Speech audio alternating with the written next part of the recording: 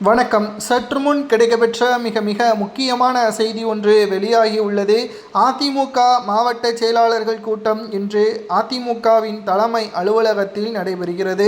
அதிமுகவின் சில முக்கிய மாவட்ட செயலாளர்கள் 44 பேர் தற்பொழுது பன்னீர்செல்வம் அவர்கள் மீண்டும் அதிமுகவில் வந்தால் வெற்றி வாய்ப்பு என்பது அதிகரிக்கும், 234 தொகுதிகளில் 200 தொகுதிகளுக்கு மேலான வெற்றி வாய்ப்பை உறுதி செய்யலாம் என்பதை எடப்பாடி பழனிசாமி அவர்களிடம் தெரிவித்துள்ளனர். அதிமுகவின் அலுவலகத்தில் தற்பொழுது நடைபெறக்கூடிய அதிமுகவின் மாவட்ட செயலாளர்கள் கூட்டம் முதற்கட்டமாக இன்று நடைபெறுகிறது.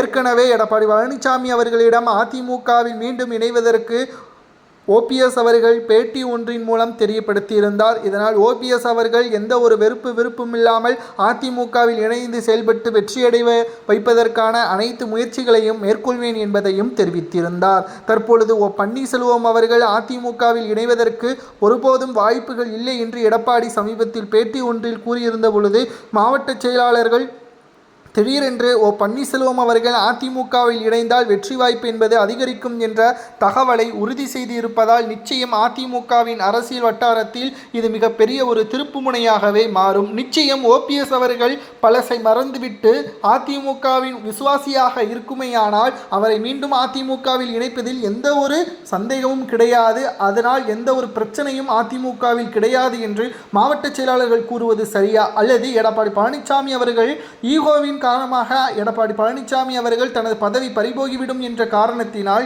ஓபிஎஸ்ஐ இணைக்காமல் இருக்கிறாரா என்ற ஒரு கேள்விகளும் இப்பொழுது மாவட்ட செயலாளர்கள் கேட்க ஆரம்பித்து விட்டார்கள். ஆனால் ஓபிஎஸ் அவர்கள் அதிமுகவில் இணைவதை தவிர வேறு வழியே கிடையாதா என்று கேட்டால் நிச்சயமாக அவருக்கான செல்வாக்கு மற்ற கட்சிகளில் இருக்கிறது. ஆனால் அவருக்கு நிரந்தரமான ஒரு கட்சி என்றால் அது அதிமுக தான். மறைந்த முதல்வர் ஜெயலலிதா அவர்களால் 3 முறை முதல்வராக பொறுப்பேற்ற ஓபிஎஸ் அவர்கள் வைத்திலிங்கம், மனோஜ் பாண்டியன் இவர்களது சூழ்ச்சியால் தான் அதிமுகவில் இருந்து ஓபிஎஸ் அவர்கள் எடப்பாடி எதிர்த்து அதிமுகவில் இருந்து வெளியேற்றப்பட்டார் என்பதையும் நாம் புரிந்து கொள்ள வேண்டும்.